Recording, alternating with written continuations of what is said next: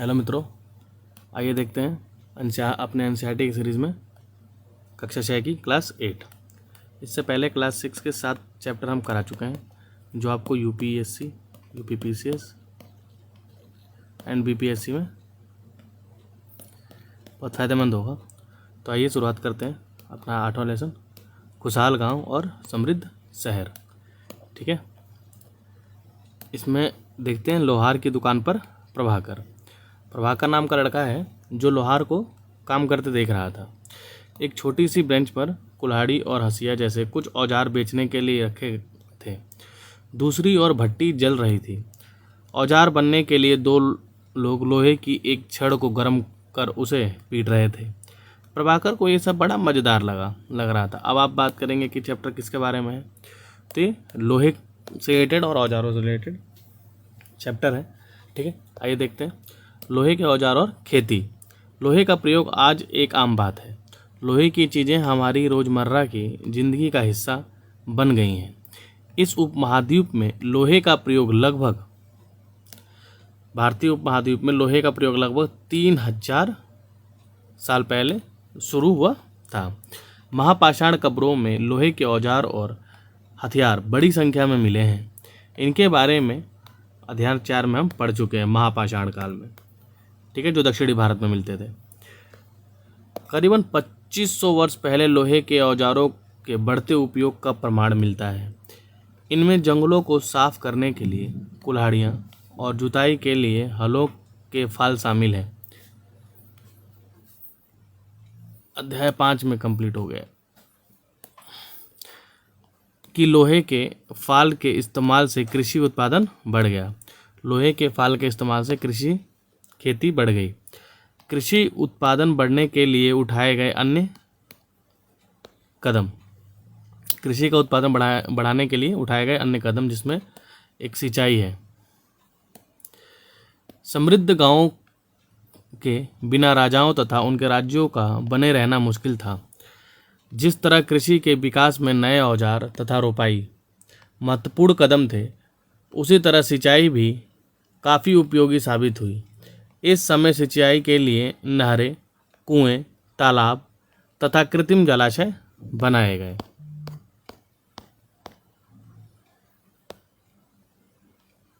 इस चार्ट में तुम्हें सिंचाई से आए परिवर्तन दिखाए गए हैं। ठीक है, खाली स्थानों को सही वाक्य भरना है। पहले देखते हैं, लोगों द्वारा परिश्रम किया गया। किसानों को लाभ मिला क्योंकि अब उत्पादन की अनिश्चितता घटी। कर अदा करने के लिए किसानों को उत्पादन बढ़ा। राजाओं ने सिंचाई की योजना बनाई और धन खर्च किया। राजा को सोना, महल और किले बनवाने के लिए धन चाहिए। वे किसानों से कर लेते हैं। यह सिंचाई से ही संभव है। कृषि उत्पादन बढ़ गया, राजस्व भी बढ़ गया। ठीक है, धन कौन देगा? कर के रूप में आएगा। ठीक, कर से क्या होगा? खजाना बढ़ेगा। सिंचाई से कृषि उत्पादन बढ़ जाएगा।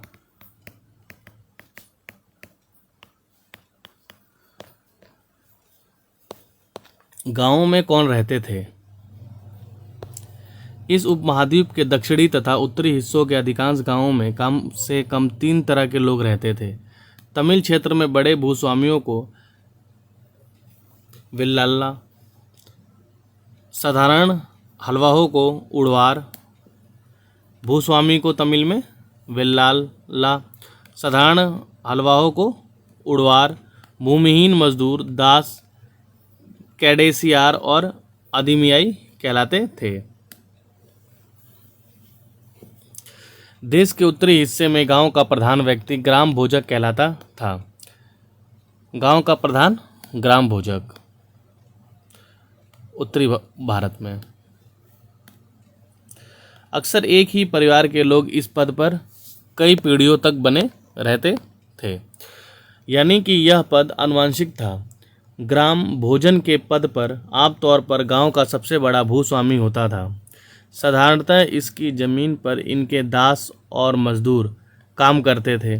इसके अतिरिक्त प्रभावशाली होने के कारण प्रायः राजा भी कर वसूलने का काम इन्हीं को सौंप देते थे।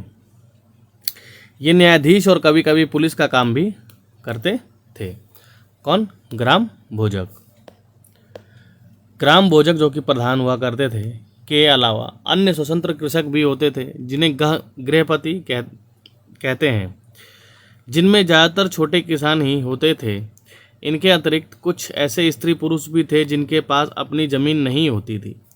इनमें दास कर्मकर आते थे जिन्हें दूसरों की ज़मीन पर काम करके अपनी जीविका चलानी पड़ती थी। अधिकांश गांवों में लोहार, कुम्हार, बढ़ई तथा बुनकर जैसे कुछ शिल्पकार भी होते थे। प्राचीन तमिल रचनाएं। तमिल की प्राचीनतम रचनाओं को संगम साहित्य कहते हैं। कौन साहित्य कहा जाता है? संगम साहित्य। इनकी रचना करीब 2300 साल पहले हुई। कब हुई? 2300 साल पहले हुई थी। इसकी रचना 2300 साल पहले हुई थी।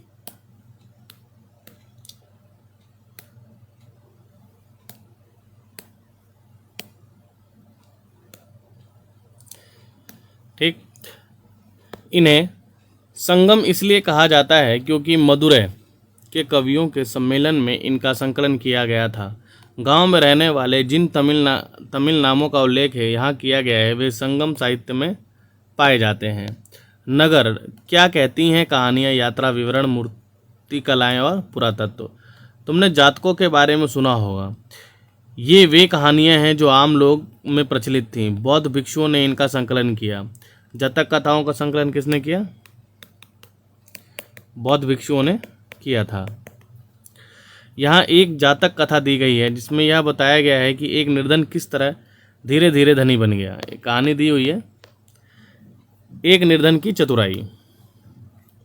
एक शहर में एक गरीब युवक रहता था। उसके पास एक मरे चूहे के अलावा कुछ नहीं था। उसने उस चूहे को एक सिक्के में एक भोजनालय वाली बिल्ली के लिए बेच दिया। फिर एक दिन बड़ी जोर की आंधी आई। राजा का बागीचा टूटी टहनियों और पत्तों से भर गया। उनका माली इसे साफ करने की बात से परेशान हो उठा। युवक ने माली से कहा, अगर लकड़ियाँ और पत्ते उसे मिल जाएं तो वह बागीचे की सफाई कर सकता है। माली तुरंत मान गया। युवक ने पास खेल रहे बच्चों को यह कहकर इकट्ठा कर दिया कि प्रत्येक टहनी और पत्ते के बदले उन्हें एक एक मिठाई मिलेगी। देखते ही देखते बागीचे से एक एक तिनका चुनकर गेट के पास इकट्ठा कर दिया गया। तभी उधर से राजा का कुम्हार बर्तनों को पकाने के लिए ईंधन की तलाश में गुजरा। उसने पूरे ढेर को खरीद लिया। इस तरह युवक के पास कुछ और पैसे हो गए। अब उस युवक ने एक और योजना बनाई। एक बड़े बर्तन में पानी भरकर वह नगर के द्वार पर गया और वहां उसने घास काटने वाले 500 लोगों को पानी पिलाया। खुश होकर उन लोगों ने कहा, तुमने हमारे लिए इतना अच्छा काम किया, बताओ हम तुम्हारे लिए क्या कर सकते हैं। उसने कहा, मैं आपको यह सब तब बताऊंगा जब मुझे आपकी सहायता की ज़रूरत होगी। उसके बाद उसने एक व्यापारी से दोस्ती की। एक दिन उस व्यापारी ने बताया, कल एक घोड़े का व्यापारी 500 घोड़े के साथ शहर में आ रहा है। यह सुनकर उस युवक ने घास काटने वालों के पास जाकर कहा, कृपया तुम सब एक एक घास का गट्ठर मुझे दो और अपनी घास तब तक मत बेचो जब तक मेरी ना बिक जाए। उन्होंने उसे घासों के 500 गट्ठर दे दिए। जब घोड़े के व्यापारी को कहीं भी घास ना मिली तो उसने इस युवक की घास 1000 सिक्के में खरीद ली। इस कहानी से क्या सीख मिली, कमेंट में बताना। ठीक है। प्राचीन नगरों के जीवन के बारे में हमें कुछ अन्य स्रोतों से भी पता चल सकता है। शहरों, गांवों या फिर जंगलों के जीवन से जुड़ी घटनाओं को मूर्तिकार कलात्मक ढंग से उकेरते थे। इन मूर्तियों को ऐसी इमारतों की रेलिंग, खंभों या प्रवेश द्वारों पर सजाया जाता था जहां लोग आते जाते थे। दिल्ली में एक वलय कूप मिला है।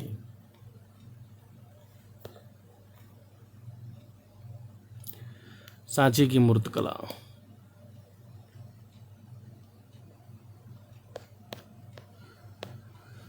अध्याय 5 में वर्णित अनेक शहर महाजनपदों की राजधानी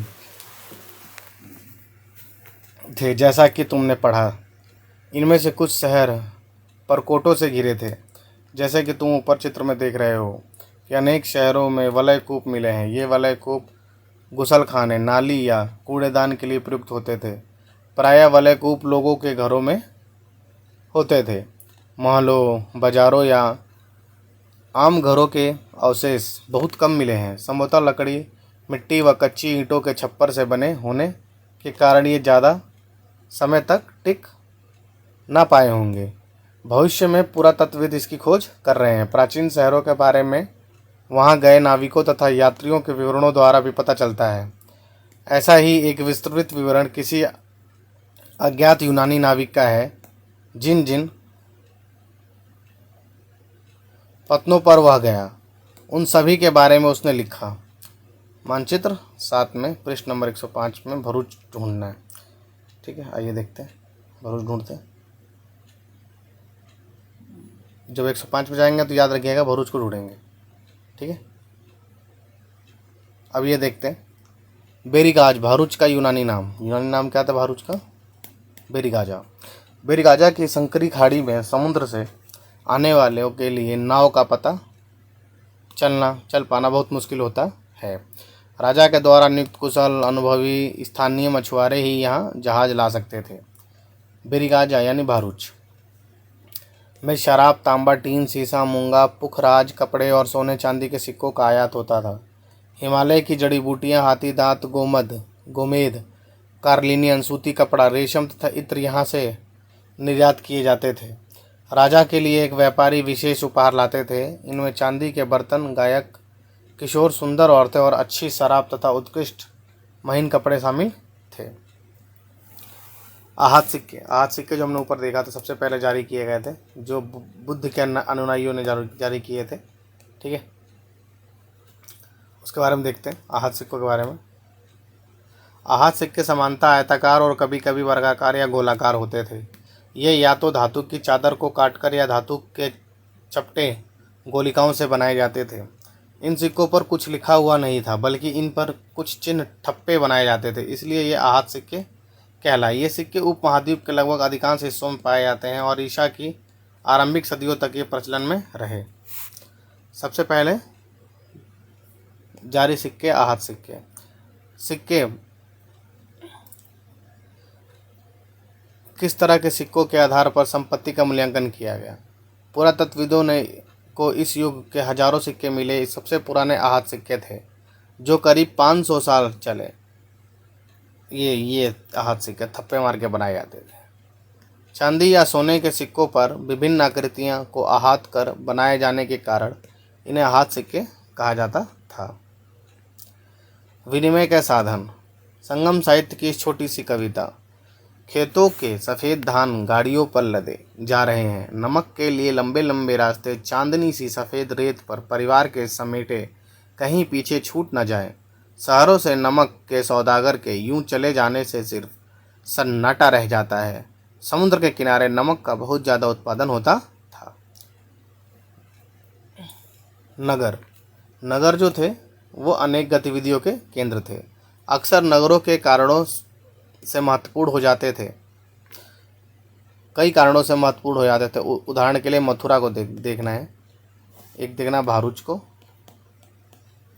और फिर मथुरा यूपी। यह 2500 साल से भी ज़्यादा समय से एक महत्वपूर्ण नगर रहा है, क्योंकि यह यातायात और व्यापार के दो मुख्य रास्तों पर स्थित था। इनमें से एक रास्ता उत्तर पश्चिम से पूरब की ओर, दूसरा रास्ता उत्तर दक्षिण की ओर जाने वाला था। शहर के चारों ओर किलाबंदी थी। इनमें अनेक मंदिर थे। आसपास के किसान तथा पशुपालक शहर में रहने वालों के लिए भोजन जुटाते थे। मथुरा बेहतरीन मूर्तियां बनाने का केंद्र था। लगभग 200 साल पहले मथुरा कुषाणों की दूसरी राजधानी बनी। इसके बारे में अगले अध्याय यानी 9 में देखेंगे। मथुरा एक धार्मिक केंद्र भी रहा है।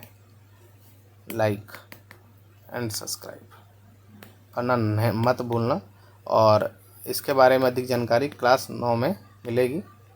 इसके लिए भी आप इस चैनल से जुड़े रहना। यहाँ बौद्ध विहार और जैन मंदिर हैं। यह कृष्ण भक्ति का एक महत्वपूर्ण केंद्र था। मथुरा में जैन मंदिर भी है, मथुरा में जैन मंदिर भी है, मथुरा में बौद्ध मंदिर भी है और कृष्ण भक्ति का भी एक केंद्र रहा है। मथुरा में प्रस्तर खंडों तथा मूर्तियों पर अनेक अभिलेख मिले हैं। आमतौर पर ये संक्षिप्त अभिलेख हैं जो स्त्रियों तथा पुरुषों द्वारा मठों या मंदिरों को दिए जाने वाले दानों का उल्लेख करते हैं। प्रायः शहरों के राजा, रानी, अधिकारी, व्यापारी तथा शिल्पकार इस प्रकार के दान करते थे।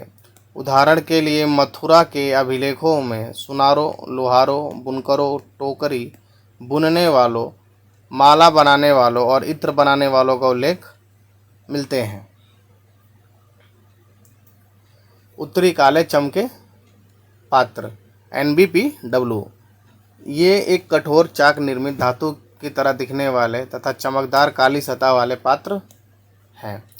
इसे बनाने के लिए कुम्हार मिट्टी के बर्तनों को भट्टों पर उच्च तापमान पर रखते थे, जिसके परिणाम स्वरूप इन बर्तनों की बाहरी सतह काली हो जाती थी। इन पर एक पतली काली लेप भी लगाई जाती थी जो इस बर्तन को शीशे जैसी चमक प्रदान करता था। शिल्प तथा शिल्पकार, पुरास्थलों से शिल्पों के नमूने मिले हैं। इनमें मिट्टी के बहुत से पतले और सुंदर बर्तन मिले हैं जिन्हें उत्तरी काले चमकीले पात्र कहा जाता है। इसके बारे में यहाँ पे डिस्क्राइब कर दिया गया है क्योंकि ये ज़्यादातर उपमहाद्वीप के उत्तरी भाग में मिले हैं। ध्यान रहे कि अन्य दूसरे शिल्पों के अवशेष नहीं बचे हैं। जैसे कि विभिन्न ग्रंथों से हमें पता चलता है कि कपड़ों का उत्पादन बहुत महत्वपूर्ण था। उत्तर में वाराणसी और दक्षिण में मदुरै इसके लिए प्रसिद्ध केंद्र थे। यहाँ स्त्री पुरुष दोनों काम करते थे। अनेक शिल्पकार तथा व्यापारी अपने अपने संघ बनाने लगे थे जिन्हें श्रेणी कहा जाता था। व्यापारियों का जो संघ था उसे श्रेणी कहा जाता था। व्यापारी का जो संघ था उसे श्रेणी कहा जाता था। शिल्पकारों की श्रेणियों का काम परीक्षण देना था, कच्चा माल उपलब्ध कराना तथा तैयार माल का वितरण करना था, जबकि व्यापारियों की श्रेणी व्यापार का संचालन करती थी। श्रेणियों को बैंकों के रूप में काम करती थी। जो श्रेणियाँ थी बैंकों के रूप में काम करती थी जहाँ लोग पैसे जमा करते थे। इन धन का निवेश लाभ के लिए किया जाता था। उससे मिले लाभ का कुछ हिस्सा जमा करने वालों को लौटा दिया जाता था, फिर मठ आदि धार्मिक स्थानों को दिया जाता था। सूत कताने और बुनने के नियम जो थे, ये नियम अर्थशास्त्र के हैं। अर्थशास्त्र कौटिल्य द्वारा लिखी गई थी। इनमें वर्णन किया गया है कि किस प्रकार एक विशेष पदाधिकारी की देखरेख में कारखानों में सूत की कताई और बुनाई की जाती थी। ऊन, पेड़ों की छाल, कपास, पटुआ तथा सन को तैयार करने के काम में विधवाओं, सक्षम अक्षम महिलाओं, भिक्षुणियों, वृद्धा, वेश्याओं, राजा की अवकाश प्राप्त दासियों, सेविकाओं और अवकाश प्राप्त देव दासियों को लगाया जाता था। इसमें विभिन्न प्रकार की स्त्रियां काम करती थीं सूत काटने और बुनने के लिए। इन्हें इनके काम और गुणवत्ता के अनुसार पारिश्रमिक यानी सैलरी देना चाहिए। जिन महिलाओं को बाहर निकालने की अनुमति नहीं थी वे अपनी दासियों को भेजकर कच्चे माल को मंगवा सकती थीं। जो महिलाएं बाहर नहीं जा सकती थी वे दासियों को भेजकर कच्चे माल मंगा लेती थीं और फिर तैयार माल उन्हें भिजवा सकती थीं। वे औरतें जो कारखाने तक जा सकती हैं उन्हें अपना माल कारखाने तक तड़के ले जाना पड़ता था, जहां उन्हें पारिश्रमिक मिलता था। इस समय माल को अच्छी तरह जांचने के लिए रोशनी रहती है। अगर निरीक्षण उस औरत की तरफ देखता है या इधर उधर की बातें करता है तो उसे सज़ा मिलनी चाहिए। अगर औरत ने अपना काम पूरा नहीं किया तो उसे जुर्माना देना होगा। इसके लिए उसका अंगूठा भी काट लिया जा सकता है। क्या बात है, इतनी खतरनाक सज़ा। सूक्ष्म निरीक्षण करते हैं अरिकामेडु का। अरिकामेडु कहाँ है? पौंडीचेरी में है। ठीक, लगभग 2200 से 1900 साल पहले अरिकामेडु एक पत्तन था। अरिकामेडु क्या था? एक पत्तन था। पूछा गया है यूपीएससी में। अरिकामेडु क्या था? एक पत्तन था। पत्तन यानी बंदरगाह था, जहाँ दूर दूर से आए जहाज़ों से सामान उतारे जाते थे। यहाँ ईंटों से बना एक ढांचा मिला है जो संभवतः गोदाम रहा होगा। यहाँ भूमध्य सागरीय क्षेत्र के एम्फोरा जैसे पात्र मिले हैं। इनमें शराब या तेल जैसे तरल पदार्थ देखे जा सकते थे। इनमें दोनों तरफ से पकड़ने के लिए हत्थे लगे हैं। साथ ही यहाँ एरेटाइन जैसे मुहर लगे लाल चमकदार बर्तन भी मिले हैं। इन्हें इटली के एक शहर के नाम पर एरेटाइन पात्र के नाम से जाना जाता है। यानी जो एरेटाइन पात्र है वो कहाँ का है? इटली का है। इसे मुहर लगे सांचे पर गीली चिकनी मिट्टी को दबाकर बनाया जाता था। कुछ बर्तन भी मिले हैं जिनका डिजाइन तो रोम का था, किंतु वे यहीं बनाए जाते थे। यहाँ रोमन लैंप, शीशे के बर्तन तथा रत्न भी मिले हैं। साथ ही छोटे छोटे कुंड मिले हैं जो संभवतः कपड़े की रंगाई के पात्र रहे होंगे। यहाँ पर शीशे और अर्धमूल्य पत्थरों से मनके बनाने के पर्याप्त साक्ष्य मिले हैं। अभिलेखित मिट्टी के बर्तन हैं ये, और कईयों पर तो ब्राह्मी लिपि लिखी हुई है। कुछ अन्य तथ्य हैं। यह यूरोप का सबसे पुराना शहर में से एक है। इसका विकास कौन? एक्वाडक्ट। जब गंगा का मैदान के शहर बस रहे थे, रोम एक बहुत बड़े साम्राज्य की राजधानी था। यह यूरोप, उत्तरी अफ्रीका तथा पश्चिम एशिया तक फैला साम्राज्य था। इसके सबसे महत्वपूर्ण शासकों में एक अगस्टस ने करीब 2000 साल पहले शासन किया था। उसने कहा था कि रोम ईंटों का शहर था जिसे मैंने संगमरमर का बनवाया। अगस्टस और उसके बाद के शासकों ने कई मंदिर तथा महल भी बनवाए। अगस्टस ने बड़े बड़े रंगमंडल बनवाए। इनमें चारों तरफ दर्शकों के बैठने की सीढ़ीनुमा जगह होती थी, जहां लोग विभिन्न प्रकार के कार्यक्रम देख सकते थे। उन्होंने स्नानागार भी बनवाए, जहां स्त्रियों तथा पुरुषों के लिए अलग अलग समय निर्धारित थे। यहाँ लोग एक दूसरे से मिलते थे और आराम करते थे।